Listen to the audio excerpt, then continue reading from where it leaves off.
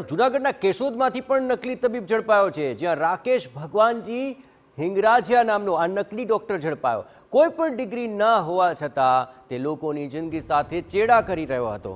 દવાખાનામાંથી અલગ અલગ દવાઓ તેમજ મેડિકલ પ્રેક્ટિસના સાધનો પણ મળી આવ્યા અને કુલ મળીને 25,000નો મુદ્દામાલ કબજે કરાયો છે।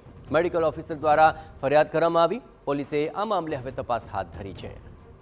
આ સમગ્ર મામલે વધુ વિગતે વાત કરવા જોડાઈ રહ્યા છે જૂનાગઢથી સંવાદદાતા વિજયસિંહ પરમાર। વિજયસિંહ, આ સમગ્ર મામલે વારંવાર આવા વિસ્તારોની અંદર બોગસ તબીબ ઝડપાઈ રહ્યા છે, કઈ રીતે આ બોગસ તબીબ વિશે બાતમી મળી અને શું કાર્યવાહી થઈ?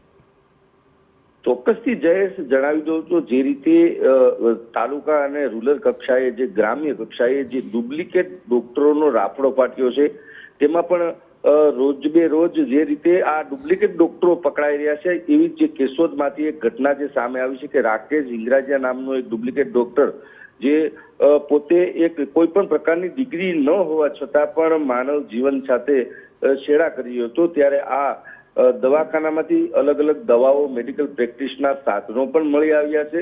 25,000થી વધુનો મુદ્દામાલ પણ કબજે લેવામાં આવ્યો છે।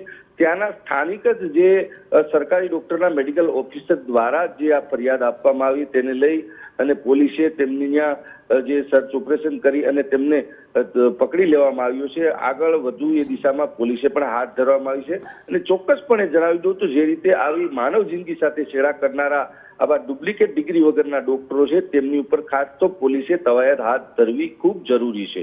જી જયેશ।